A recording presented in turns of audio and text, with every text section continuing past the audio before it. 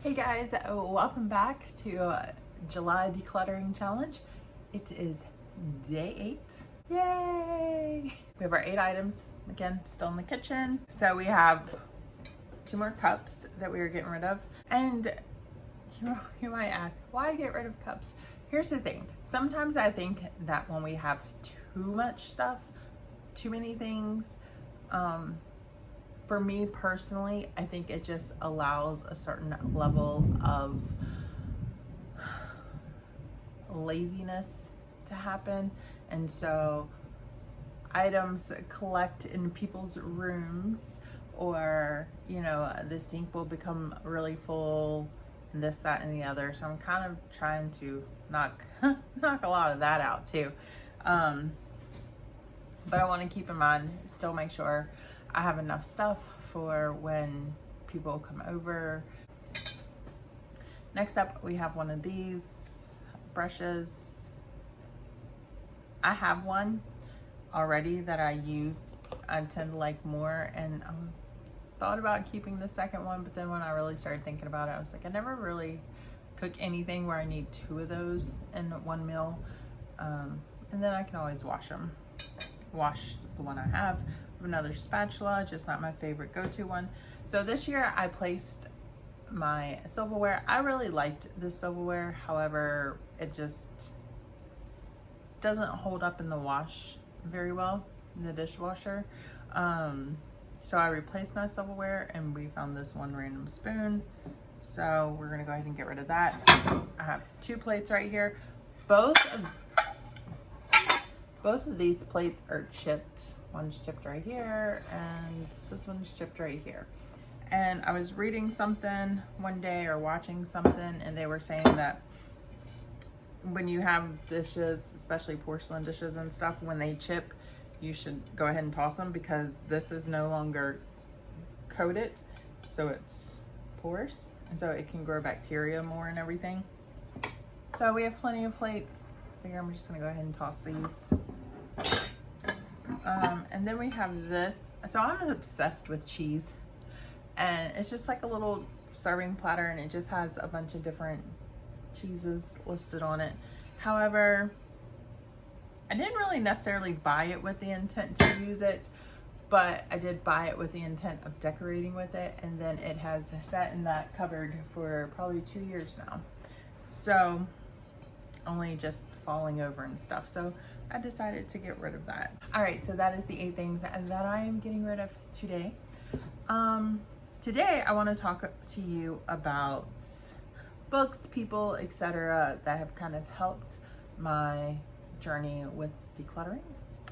And I will say that I wish that I could link videos down below and stuff. Back when I started this, I just I just searched on YouTube minimalism, decluttering, stuff like that, and kind of got some ideas. So if you do that, I most likely watched some of the top videos on that and kind of did scroll down to some others. And then again, there are some channels that I really just love the aesthetics of their house. I feel like that they have a more minimalistic approach when it comes to decorating and everything. I love the simplicity of their house, and so there's some vloggers that I watch that really, like, just seeing their house, like, really just inspires me to have that less is more approach. But let's talk about some books that I've read along the way. There's not very many. There's another one that I have on my list of books to read that hopefully I will get to this year. The first book, and probably the most popular book, I gave it a shot. Gonna be 100% honest with you, I couldn't even read it all. It just, for whatever reason, it did not grasp me in. Some of the concepts were okay. I mean, I could kind of see how they worked. It wasn't for me, but I'm gonna throw it in there because I did try to read it. I know it's a very, very common book, and it may be something that you've read and loved it or whatever, but that is The Life-Changing Magic of Tidying Up by Marie Kondo. it wasn't for me. Some of her, it just wasn't for me. And I've talked to other people who kind of felt the same way, because I was like, am I like the only one not getting this? Am I the only one who's just not finding this to be helpful?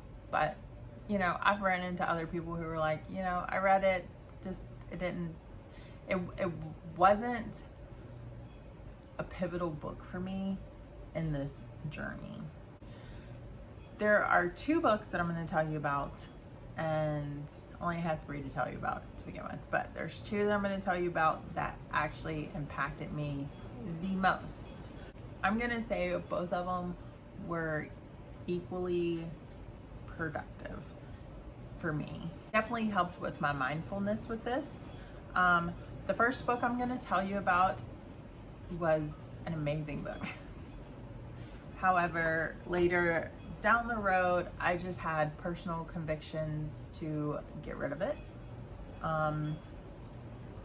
So I'm gonna say that. As a Christian, it does have a lot of different religions tied into it. But I know at one point in time, as I was decluttering a lot based on convictions of things that I had in my house that I shouldn't have in my house. So yeah, but this is one of the books. It was a guru. I'm gonna botch his name, so I'm not even gonna try. So I'm going to just put it up here on the screen right here. Have at it. Again, I feel weird promoting this because it was a conviction of mine. But I know that not everybody's on the same boat. And I will say that it was a very helpful book for me. And I did have a lot of takeaways from it. And that is to know yourself. I want to say his name is Swami. And I'm just not even going to try the last name.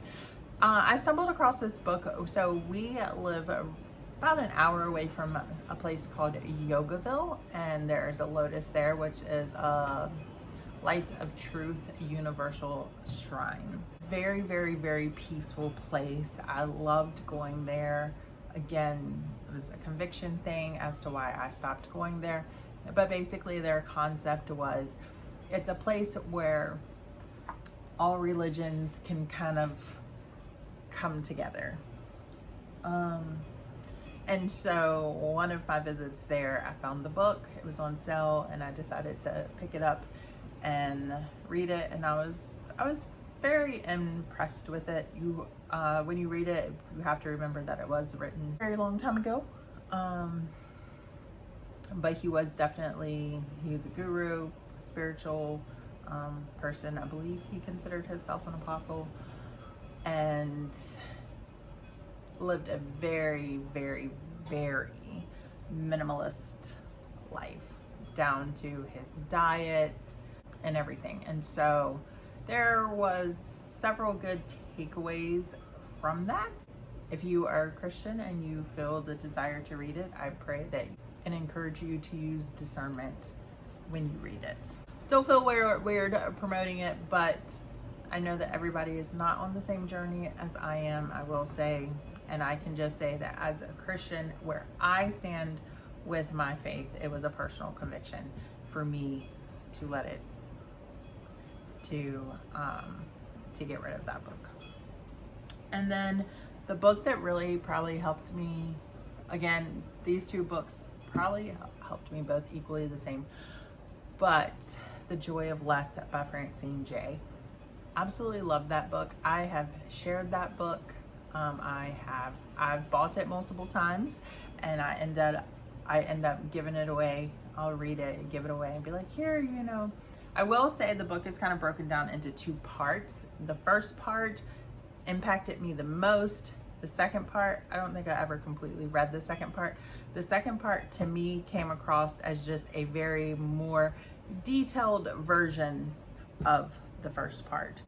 But that is definitely where I got some of the stuff that I talked about in my mental health video yesterday and everything. A good bit of that came from that book. So those are my book recommendations.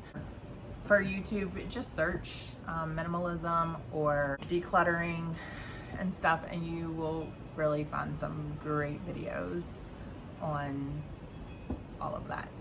All right, guys, thank you so much for watching. I hope y'all have a great day, and I will see you tomorrow for day 9. Bye, guys.